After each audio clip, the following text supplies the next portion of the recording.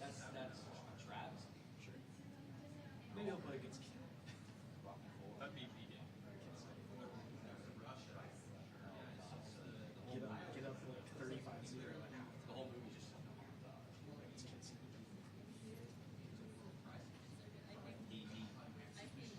he ends the whole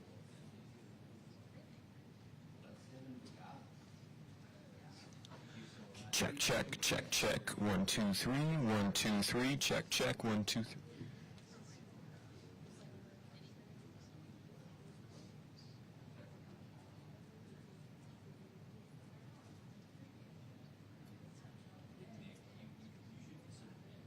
That'd be a lot of people.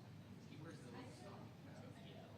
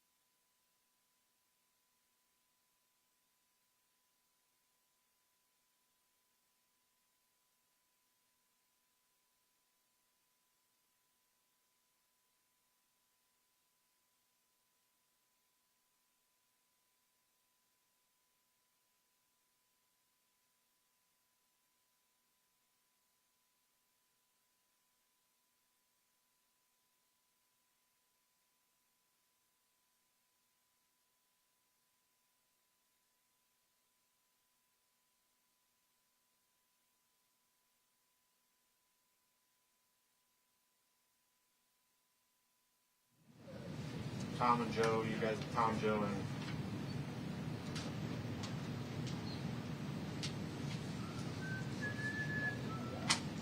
all right, ready for it, Coach? We're in the roll. Yeah. Oh. Give us 5 seconds. Let's get up there. Camera's good. 5 seconds. I can count to 5. Like that. All right, go ahead. All right. Good hat, huh? All right. Exciting win last week. Really proud of how they came out, executed, played with a lot of urgency, and found a way to get the job done. But onward to the Temple Owls. Good team, good defense. They've had an impressive start to their season with 2 decisive wins, and it doesn't matter what level you're playing at, who you're playing. Winning is really, really hard, and these guys have made it look really dang easy. These first 2 weeks, they've played well on the defensive side. They fly around. They're well coached. I got a lot of respect for their head coach and their defensive coordinator, and they've had their guys ready to go. So excited for this week, and with that, we'll take some questions. Yeah, Ben, I'm wondering, when you were at Washington State, when did you realize that John had the ability to run the way he does, and how much does that maybe expand or make your playbook more creative? Probably our first scrimmage in the spring, my first year there, whenever he was the backup. We went live with some of the quarterbacks, and he made 2 guys miss. I can just remember it. Made 2 guys miss, and he looked kind of twitchy doing it. And so, from that moment on, I said, okay, this guy's got a little juice to him with the ball in his hands. So probably then. How does that maybe expand your playbook as a play caller? I mean, whenever you have a guy who has the ability to do that, and he's a willing runner to do that and understands moments and situations and what it takes to win, I think it broadens what you can call in certain situations to try and put stress on the defense any which way. And so, yeah, like that. I mean, it kind of expands it that way. We'll go down the line. Colton. Ben, I wanted to ask you about your approach to the running game. Do you like to have like a primary carrier at a certain time in the season, or do you kind of like the by-committee approach that you've had with Javante and Torrey and some of those guys? I mean, if you have a guy who's, like Reggie Bush or Adrian Peterson or something, yeah, I mean, that's awesome. But you have to have a bunch of guys that I think you trust, a bunch of guys who will run behind their pads and not be, not be timid and run behind their pads and get extra hard yards whenever it needs to. But also, in the same token, you have to have guys who are willing to pass protect, who are able to get out on their relief throws and make something happen with the ball in their hands. So, there's a lot of different aspects that really kind of go into that position than just primarily carrying the football. And so you have to take that stuff into account also. Yeah, Ben, wanted to ask you about Derek Simmons, Heath Ozida. Just what did you see from them working back from the injuries in camp, and then how do you feel about the way they played against Michigan? Really professional the way they came back from injury and how they were in last week's preparation, just as far as being locked in, being dialed into what their assignment was. And I think they played with a certain level of physicality that allowed them to be successful in certain situations. So those guys put the work in. They were locked into their assignment, and I'm proud of the way that they came out and competed. Then we see some quarterbacks that have speed. We see some quarterbacks that want to run over guys, but the vision that John has shown, I'm curious with him if you feel like that's watching so much film, he has a sense of what defenders might do. Is that innate? You just can't teach stuff like that? Where does his vision, kind of walk me through what you've seen in that regard? I mean, he sees the field really well, whether it's in the passing game or whenever he pulls it down to run. But yeah, I think I've been on record saying I personally think John Mateer's a football player before he's a quarterback, and special one too. Whenever he pulls the ball down to run, so I mean, there's certain things that I wish I could sit here and tell y'all I taught him everything he knows in the run game. No, if you look me up, I was not a runner. All right, I was very slow, stiff, statue. Division II quarterback, all right? So I definitely did not teach him that. He's just a special kid, a special athlete who who the more he plays, he learns from certain moments and situations of how defenders may try to tackle or pursue, but he has such a great feel for the space out there on the field, and it's really instinctual. So yeah, he's special. Second row, right side, Ryan Chapman. We've seen Keontae be really physical downfield as a blocker in the run game, and we've heard that Javante very similar reviews from his teammates. How important that is your running game, and when did that become? There's some of those seasons just like those guys that go downfield, get out of the way. When did that become a tenet of you want receivers that block downfield? So the day I got here, right? You preach physicality, especially to those skill kids, because there's a saying in football. It's kind of cliche: no block, no rock. Like if you're not a willing blocker, then the ball is usually not going to find you too. It's just kind of like some weird thing in nature or something. I have no idea, but I really think how you block whenever you don't have the ball in your hand, especially at the skill position, shows how much you love your teammates. Because you want to see their success, you want to see the team's success, and doing your job and understanding that that's your job in that moment is to execute a block to the best of your ability, as physical as you can do it. I think that shows how much you love your teammates, and Keontae and Javante are, prime examples of that. They're great kids who everyone on the team loves, great personality, and they're kids that bring it every day at practice too. They have a great mindset towards everything that we're doing at all times, and those kids are awesome. Next to Ryan, let's go to Tom. Yeah, Ben, I see you're wearing a Jiren burger. Yeah. I know you've mentioned that he's kind of exceeded expectations early on at tight end, but through these first two games, is there anything that you've learned about him, whether as a pass catcher or a blocker, that's just kind of surprised you? Yeah, I'm glad you pointed out the hat. He actually dropped this off in my office 17 minutes ago. He walked in. I was like, perfect timing, man. This is awesome. Again, I'll continue to say it about Jiren. He has a special skill set, just with how athletic he is, how fast he is. I mean, to put it plainly, but he's really understood the position of how to see space, get open in space, navigate his body to be successful. And I think him playing defense for 3 years really helped with a lot of that. He understands defensive structures, can understand where holes in the defense might be. But with all of that set aside, he puts in the work. He puts in the work, plain and simple, in the position room, out at practice, really consistent. So everything that, Jiren does well on the field, I mean, it's not just by luck. He's really persistent in how he prepares in his process. So, proud of him. Joe Masato. Yeah, Ben, I also have one on Jiren. Have you coached a guy before who has moved from one side of the ball to another and Heck yeah. picked it up quickly, successfully? Heck yeah. Washington State, Cooper Mathers, number 24, was a walk-on linebacker at Washington State, moved to tight end. They're actually very, very similar. I love my man Coop to death. He was a little slower than Jiren, though, but he was savvy, had great hands, was smart. I mean, they're very similar. Jiren's a little more outgoing, but Coop they have the same sense of humor, same kind of personality. Jiren's just more outgoing, but yeah, heck yeah, my tight end last year at Washington State, Cooper Mathers, almost the same story. Played linebacker for the first, I think it was before I got there, but same kind of deal. He had such a feel for space and had soft hands, and he just, if he would have had a little bit more burners on him, I mean, he probably would have scored like 13 touchdowns or something last year. It was funny. I think he scored 7 last year, and if you know anything of the history of Washington State, that was the school record for tight end touchdowns at Washington State was 7. But yeah, Cooper Mathers, same kind of story, really. I assume you've talked to Jiren about Cooper. Oh yeah, I think Jiren and Coop they message each other on Instagram. I'm pretty sure. I talked to Coop actually a week ago. He's a great kid.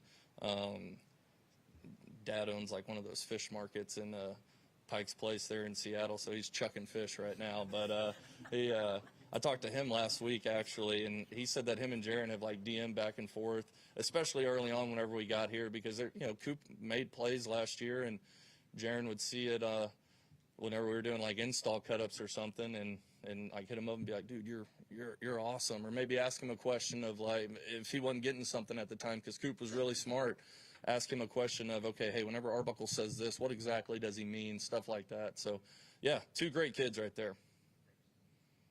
James Jackson.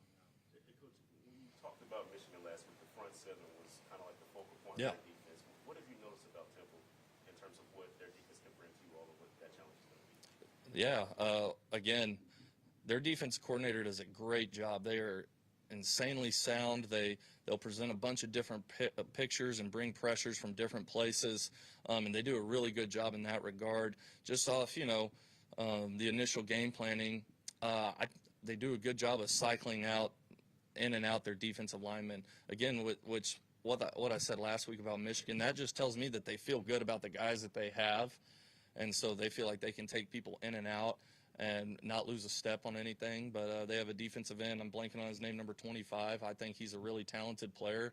Showed up in the first 2 games, was really disruptive. And so I think their defensive line does a lot of really, really good stuff. But as a whole, their defense, they're physical. They fly around. Their coordinator puts them in really good positions to be successful. So it's going to be a really good challenge for us.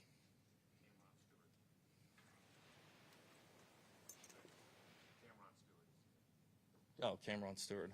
I thought you were, yeah, no, that kid, I was sitting there, I was like, I don't know that guy, but, yeah, no, that is his name.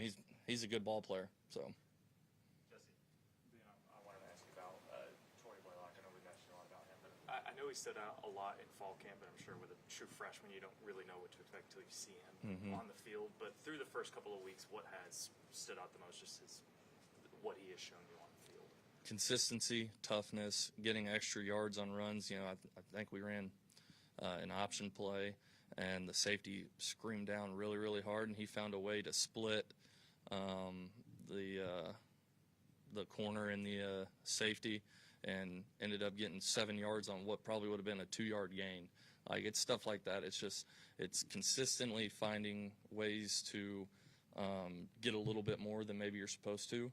But again, the kid's tough as nails. He's been consistent. His jaw set every single day we go out to practice. Like, he's ready to work. And so I think all of that stuff put together with him being a great kid and being talented has put him in a position to have moments of success. And so really proud of him. You mentioned about the running back rotation. There's a lot more that goes into it than just carrying the ball. Maybe even outside of his ability with the ball, what has stood out about his growth and maybe some of his other areas playing running back? Yeah, especially with like a young running back, I think something you always worry about is just pass protection, because there's a lot that kind of goes into it, all the different looks that a defense can present, all the different calls that you might make on offensive line, and understanding where you're supposed to be. And he's been nails on it. I mean, he understands the game plan whenever we go in there. He understands his assignment in those moments, in those situations, and I think that's really, really good for a kid who, I mean, this time a year ago was playing high school football. So, yeah, that's been impressive. What about Javante Barnes? What do you think of his ability to block, run, all that? Yeah, extremely selfless, extremely tough, really high football IQ, a smart kid, and the same kind of thing that I was just saying about Torrey. He understands where he needs to be, and he understands how he needs to do it, whether it's a linebacker blitzing in the A-gap, he does a great job of meeting that guy at the point of attack, and not just meeting him there, but having great body position and technique, and a good sense of physicality about him too, so the pocket doesn't collapse back. But then you see him on Deion's first touchdown. He made probably the touchdown. Him and Keontae's really probably made the touchdown blocks on those plays. And again, that linebacker was screaming over the top, and I mean, he struck him well, didn't fly back, and ultimately propelled Deion to get into the end zone. And so, again, that's just, to me, that just shows how much you love your teammates. I mean, because it's really easy not to do that. It's even harder to do that, and really proud of him. Ben, I'm curious, 2 games into this, you've had all fall camp and everything, but I'm sure you've learned a lot about your personnel and what works, what doesn't. How much do you allow yourself, or can you evolve what you do offensively? I think we all got a hold of analytics during the summer and said, okay, he runs 11 this much, 12 this much, 2 back here. But that's your personnel at Washington State. How does that change now that you're at a different place and you see different personnel throughout? Well, I think it changes week to week, too, just based on the team that you're playing. Because ultimately our biggest goal on the offensive side is to get into whatever personnel, formation, motions that ultimately give our guys operational space to be successful. And so that can come in a multitude of different ways. It can be 11 personnel, 12 personnel, 20, 21, 10, 00 personnel, 01 personnel. Yeah, like there's so many different ways that you can get to it, but it ultimately just comes down to how are we going to put these kids in the best position to be successful. That's my challenge every single week, because these kids, they work too hard, they're too bought in, and they're so willing for me not to put them in the best position to be successful. So that's my challenge at the beginning of every week is how can I make sure these guys have the best chance to go out there and get the job done. That's all we have time for. Thank you, Coach. Appreciate y'all. Boomer.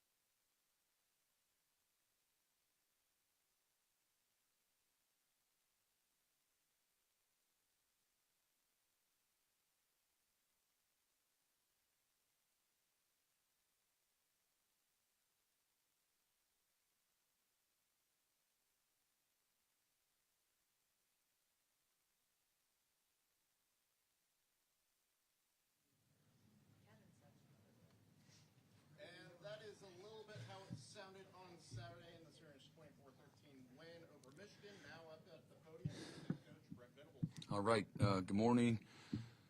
Got to go on the road for the first time with this team. Looking forward to the challenge, playing a much different looking Temple team this week, coached by Coach Keeler, as I talked about after the game. Again, one of the more successful coaches in the history of FCS, the only coach to win 2 national championships at 2 different places. They do a fantastic job, just really looking at the last several years, their success, and certainly that's carried over into their first couple of games, their ability to execute at a really high level, offensively and defensively, just giving up under 10 points a game on defense and averaging close to 50 points a game on offense. They've done a remarkable job in a very short window over the last several months since they got on the campus. They got great balance in their offense, averaging 260 yards rushing a game, 255 passing. They've passed for 10 touchdowns and rushed for 3. They've outgained their 2 opponents by 600 yards. So regardless of who their opponents have, that they've played here, they've completely gotten after them. They're third in the country in pass efficiency, 71% conversion rate on third downs, and 9 out of 9 in the red zone. They've spread the ball around as they've, thrown the ball, and they haven't allowed any points in the second half of any of their first 2 ball games. So, great opportunity for our guys to, again, go on the road, be tested in an unfamiliar environment. We're going to have to play well on the road. It's an early morning kick, so everything, as I told the team yesterday, the schedule for the week is, completely changed from what they've been comfortable with here these last couple of weeks, and those things matter. So we got to do a great job from a mental standpoint. Got to get our work in from a physical standpoint, but the mental standpoint, what that looks like, the focus and the maturity to be able to go on the road and, play to our ability. So look forward to that challenge.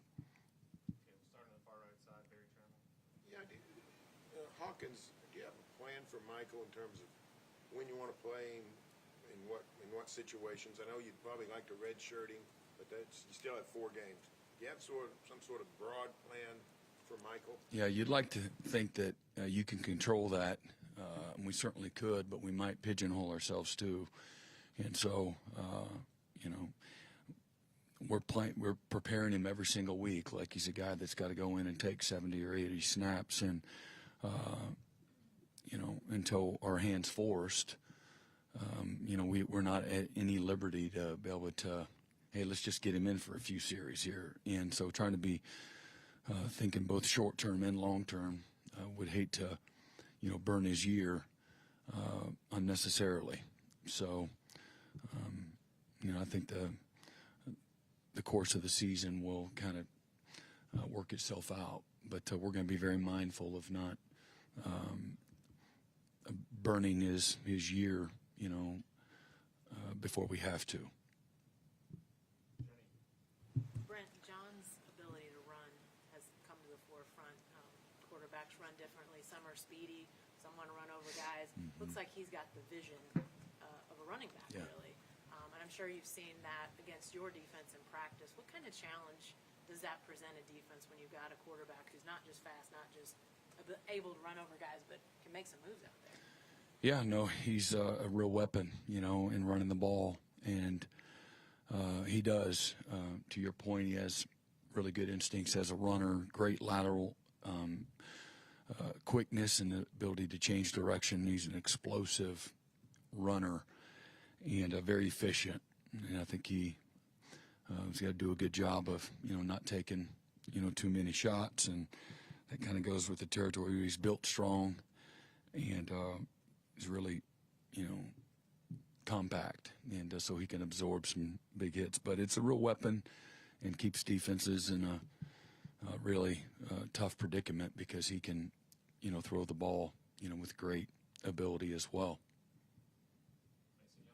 Brent, John was telling us after the game the other night that you talked to the team about the 23 Texas game and how they didn't get over that fast enough. What do you feel like you learned? Yeah.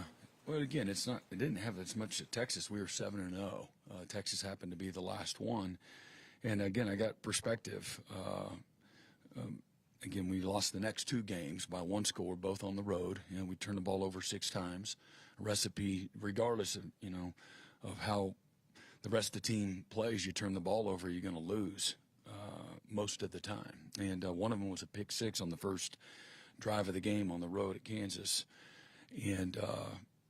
And then we lost our bowl game, with a first-time starting quarterback. We turned the ball over 6 times and gave up 2 more defensive touchdowns. So I have that perspective. That's not always indicative of the rest of the team didn't handle 7-0 well either. It's hard to overcome those mistakes and against anybody that has a pulse. So, there's a balance, with all of it. And it's just handling success. It's staying hungry, staying motivated, staying detailed, staying committed to a process and how you play well. And I've always felt like it's harder to manage a team that's doing really well as opposed to a team that doesn't think much of themselves. So this is kind of right on cue from what we've tried to prepare, the team for.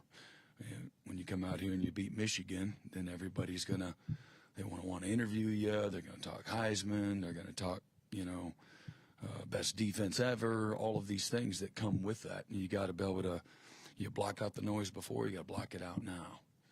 And not an easy thing to do because everybody, I think human nature is people enjoy somebody saying nice things about them. And so doesn't help us win, doesn't help us in our process and how we got to start completely over, learn new DNA, and, do the things that winning requires and success requires. And that's go right back to work and focus on what's in front of us. And so, I do feel like it resonated. The test of time will tell. Mm-hmm.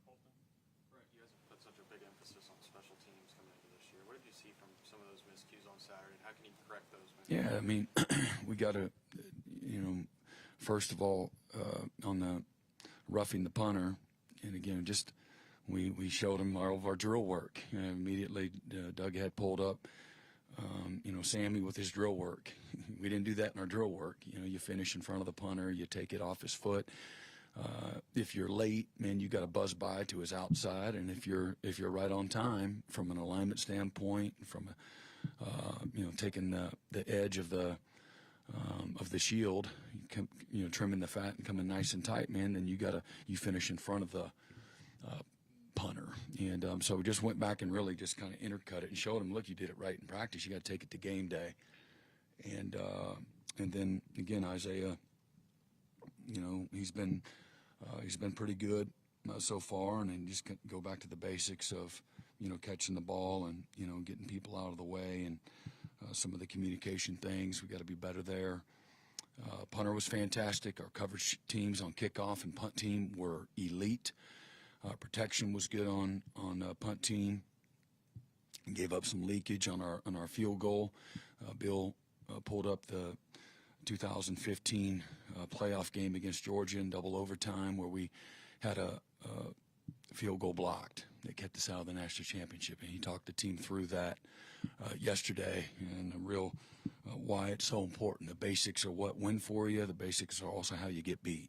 It's the little things, never the big things. It's always the little things. And so it's trimming the fat on the punt block with Sammy. It's doing the right things in the field goal protection, not putting 2 hands down on the inside gap. It's one-on-one. And so you just go back over, you use these moments to teach. We're fortunate. We won the game, having made a handful of those mistakes. But there's good and bad in all of it. And, now this is an opportunity to get some things on film that you can coach from and show them how you lose a game, and when it matters most. Yeah, Brent, going back to Jeannie's question about John and his ability to run, wondering when you were going through offensive coordinator candidates and watching film last year, how much did it intrigue you how much they did use the quarterback run game, John's ability and all of that, and how that maybe opens up a playbook for an offense when the quarterback can run like again, I just think about college football. You think about the NFL, everybody does it. So I don't think it's unique to Ben. And if you have a guy back there that can't run, then you don't force a square peg through a round circle. But you look at every really good offense, and that's what they're doing. So whether it's what they're doing in Washington in the NFL, or they're with the Buffalo Bills or the Baltimore Ravens or the Kansas City Chiefs, the Philadelphia Eagles that just won the Super Bowl, or you think about, just go down the list of the last several national championships, or in college football, or whether it's Cam Newton, or it was, Florida with Tim Tebow. I think there's a formula. You're going to play really good defenses, and so how can you get a +1 and have the trump card, if you will. So was that did I see that on film? Yeah, we saw that. But I do think that most modern offenses are doing it to some degree. And when you got a capable runner back there, you're willing to do that. There's always risk involved, as well. And you got to be prepared to live with that too. Mm-hmm. Brent, I wanted to ask you about Payton Bowen. I know he dealt with some injuries, some lingering stuff the first couple years, but he played every snap against Michigan. Seemed like the consistency's there. Just how important have these first couple weeks been for him, just having a baseline, being out there, being consistent? Yeah, starting in the summer, he was really started to amp things up, getting back into the flow of things. We kind of shelved him. The turf toe that he had, it's a very aggravating kind of injury that just is hard to go away unless you just completely get off of it. And he really responded well. I think that he recognizes he's had a great humility and a maturity about him, maybe more so. He's always been humble, but more so, I think he showed up with more of a purpose, like, all right, man, I'm running out of time. And he felt really good for the first time. I think he'd be the first one to tell you. And the game has slowed down tremendously for Payton. And he's more and more comfortable from a leadership and a communication standpoint. He's able to see things from a different lens just by going on year 3. And then I think maybe also being injured the last couple of years just with some nagging. He had an ankle, foot, and then the toe.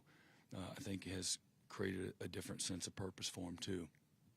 Mm-hmm. Yeah, Brent, we heard all last week, biggest recruiting weekend since you've been the head coach here. What was that balancing act of making sure you had the right product to go on the field Saturday night, but also trying to build the bond relationship with all the kids that were coming in? Well, we have a really deep staff. I think our front office staff, our recruiting staff, led by Jolie Ali, and then our full-time coaches as well played a part in that. Our committed prospects for the 2026 class also played a part, in hosting and recruiting as well. It's the best asset that you have are your players, that are either committed or, in the locker room. And then our guys are just our guys in our locker room, and they do a really good job.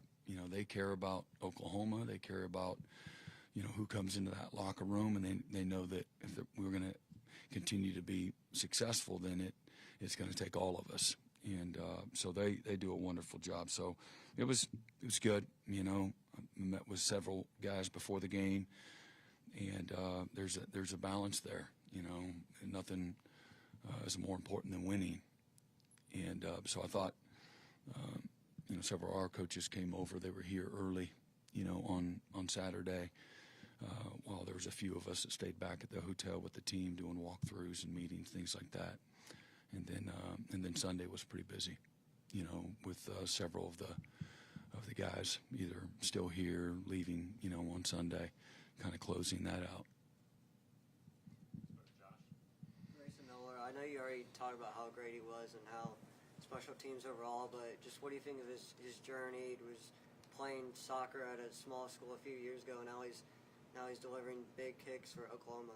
Yeah, so between Kanik being a quarterback and a linebacker in his past, and Owen Heineke playing lacrosse, and Grayson being a soccer player, that's pretty cool. It's a neat story. The moment wasn't too big for him. had a fantastic week. It's been a little sporadic since he's been on campus, and I really felt like if he was sporadic like he's been at times, it might work out to our favor because it didn't make sense. You know, he's supposed to pin him in the corner, and that ball goes up to the other numbers. It never ended up working out that way on Saturday. But, man, he was ready for the moment.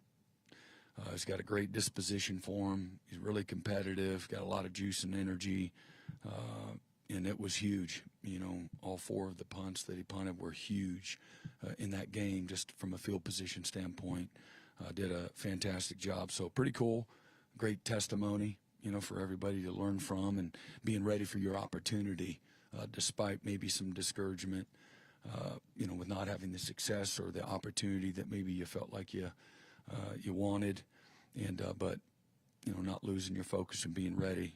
We had a Jacob Ulrich with a slight hamstring issue, and so that punter is no position to we really want to mess with that, and Grayson did a great job. Brent,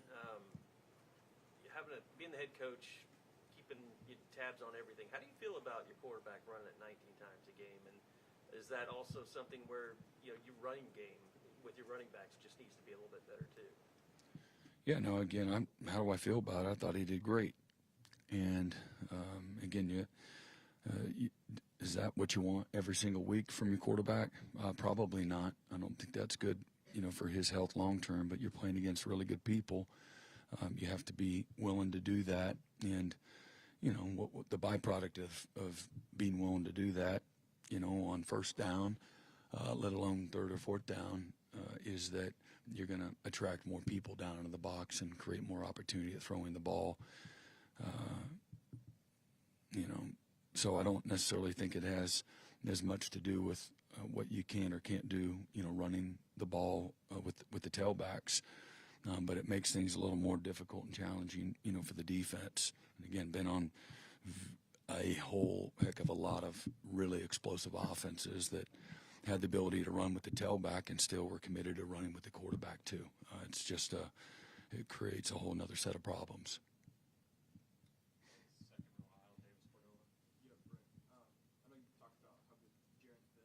Switching over to tight end, but I just want to know, was there a learning curve for him over the spring and summer? Yeah, no doubt. He had a lot to learn, and I think that's why he was in the building every day. He studied certainly what systematically we were doing in this system and what he needed to learn and how he could get better mentally. But he also studied, you know, the best tight ends in college and the NFL too. He'd be the best to ask about, you know, what all the intimate details of what that looked like. But and he'd be the first one to tell you, you know, he's still learning and still improving. And I think you saw week 1 to week 2 just made some incremental improvement. And I guess there's a stat here. He's doing pretty good, just 2 games in. But he's like leading the SEC and maybe second in the country in receptions and yards or whatever. So what's that? Total offense. So he's been doing pretty good and got a long ways to go. And nobody's handing out any badges for him yet. But he's been doing really good, and it's come from a lot of hard work. He's a very talented athlete, but his best qualities are just his sheer will and belief in himself. And he's a good weapon, you know, with the ball in his hands. He's got good quickness. He's got good speed. He's got good natural strength as well, and always finds a way to fall forward. Following up on that, who are some guys from your past who have made the transition from one side of the ball to another, who have had success? Yeah, I look at a guy like me, just thinking about guys here at Oklahoma. Jamal Brown was the number 1 D tackle in the country, and played it on defense, probably like Stone did, you know, under 100 snaps as a true freshman. He was big and strong, but he was a little stiff, had a hard time bending. And he moved over after his freshman year and won Lombardi and 2-time All-American, first-round draft pick. Andre Wofolk went from receiver to corner and became a first-round corner. Isaiah Simmons recruited. He was out of high school. He was a high school receiver, and we moved him to safety, and then ended up moving to linebacker, and he ended up winning the Butkus Award. A lot of people recruited Dusty Dvorak as an offensive guard, and he played a little bit of both in high school. I don't know, doesn't really constitute moving. Derek Strait was a high school quarterback, played no defense, and he ended up winning the Thorpe Award after a red shirt his freshman year. But I'm sure there's several other guys. Dan Cody was a quarterback and a kicker. Played a little bit of a linebacker, stand-up linebacker, and ended up winning the Ted Hendricks Award as the best defensive end in college. But so anyway, there's a few guys. I'm sure our own roster's probably got a few more, but those are guys that come to mind. Mm-hmm. Brent, after I've covered you a long time, so I know you're never satisfied on defense. But what do you think of your defense after 2 games? What do you think you have? Well, I think they've answered the challenge of the first 2 weeks of the season, and that's it. Every opponent's a little bit different. What I've appreciated, the volume of work that this defense has committed to, both what's required and then what's not required. And as I've said many times, what's required is never enough. And these guys have been willing to do more than what's required over a long period of time. And now the challenge of the season is, okay, you've had a little success, your willingness to go right back at it. And with the same passion, with the same detail, with the same energy, with the same hunger, with the same toughness. If you don't, then you'll be one of those few teams, because we're not good enough just to show up and not do what's required. Most people aren't, and you'll get exposed quickly. So whether that's you saw it last weekend in college football. Army goes into K-State. South Florida goes into the swamp. Troy goes into Clemson at 16-0, and Clemson ended up winning that game. Obviously, Arizona State goes on the road, and Mississippi State beats a playoff team in Arizona State, and so this game's too hard. I've appreciated the maturity and the leadership of our group. They're saying all the right things, and so far so good. I think that they are humble, they're driven, they're not satisfied. They got long-term vision of what they want to accomplish, and I don't think they have their head in the sand. They value the success has come from the work. The confidence that they have has come from the work. And again, as I said, there's a lot of the guys. We have 7 on defense that this is year 4. So they've been through some pain. And when you've gone through what they've gone through, I don't think you walk the same. And I think that they've grown and matured through, that process. And so, as I said, pain is the world's greatest adhesive.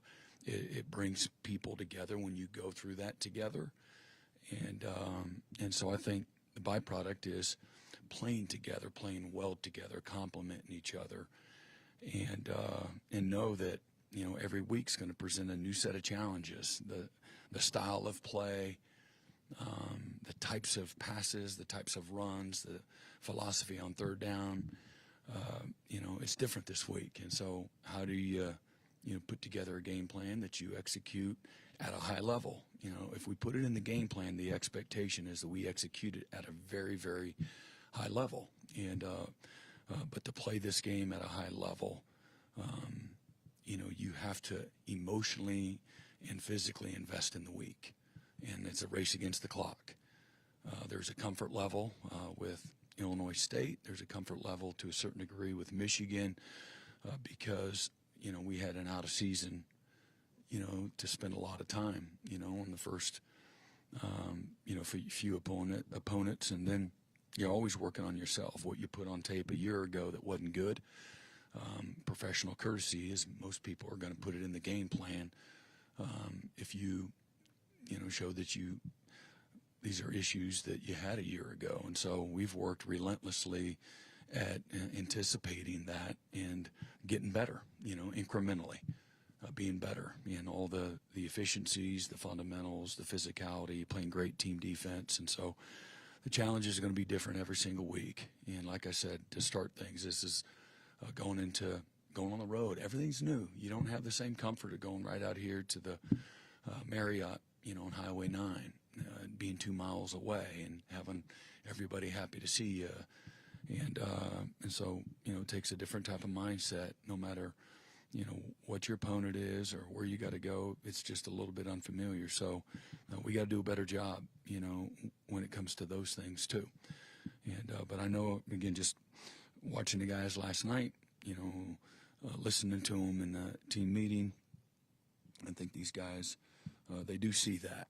And now we have to sustain that. But I love the guys playing with passion and energy and, pointing and running when guys are making plays. Man, they're running to their teammates. That's infectious too. Coach, I wanted to kind of maybe piggyback a little bit off of that and talk about a specific aspect of your defense, and that's sudden change situations where the defense has to come in after a mistake by the offense or special teams. You guys have 4 turnovers this season, and on the series following those 4 turnovers, y'all have given up 39 yards, 1 first down, and 6 points. Points coming off of field goals in short field situations. Minus that 23-yard run, first play of the first turnover, 14 plays, 16 yards, no first downs. Even after the roughing penalty against Michigan, you gave up some yards, load up in the red zone, didn't allow any points, they missed a field goal. Teams don't always respond well to those situations. A lot of times those situations can break you. What does it mean to you, and what does it say about your guys' mentality that they consistently respond in those situations? Yeah, no, I think we have a bunch of tough guys. I mean, you don't do what you just said, have that type of result without having, great mental toughness. And so we got tough guys. Our coaches, they coach the players tough. We talk about, the choppy waters, the headwinds, the adversity of game day, people punching back. You find truly about a player, a unit, a staff, whoever, in moments where there's real challenge, not when everything's going great.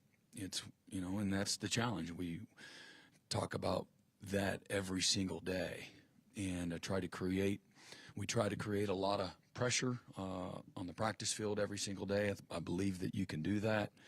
I think that's important that you do that. You push guys, to their limits. They have to be willing. The really good players take themselves to that uncomfortable space. They recognize the value of doing that and physically and mentally pushing themselves. And so I think that's a testament to, the heart and soul of, these players to continually to do that, and the coaches that have, developed that trait as well. I think you can recruit it, and I think you nurture it, and then you practice it, often. Time for one more back to the left side, Jake.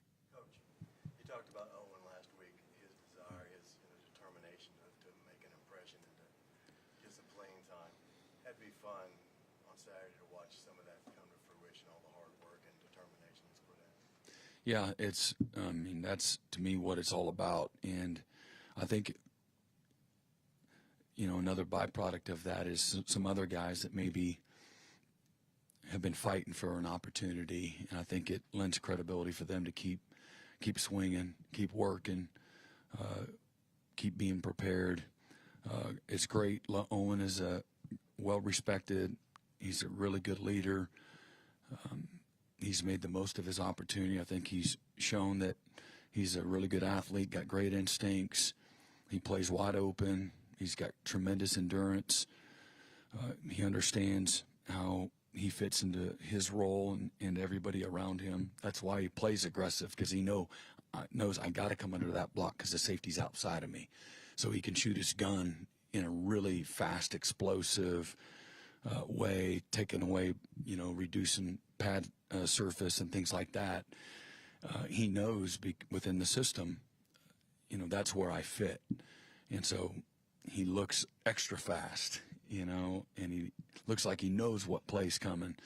But I think that's the confidence of knowing the system and what everybody else is doing, not just his job. And we meet as a back seven every single day to try to get guys like him to play that fast. So it's not centered on just linebacker position and what you're supposed to do. It's the why. It's what everybody else around you is doing. And so collectively, I think you're seeing more and more guys like Owen that are playing in a fast, sure kind of way. And but really proud of him not giving up on himself and not giving up on his opportunity. As I said, I kept throwing him out of practice, like, man, literally, get the hell out. I just told you. And shame on me. But give credit to him. He's the one that's put all the work in and continued to keep showing up, even if he didn't have the same opportunity that he's experiencing, right now. That can get, I'm sure, discouraging for a lot of people. And, his family support him. His Uncle Corey has supported him. And what a great testament. He's good soil, he's good bamboo. And the law of the bamboo tree, right? That you just keep watering the bamboo, and eventually, if you got the right soil, you got the right stuff, that, man, you have the kind of, moment that he's having right now. All right, you got it. Thank you.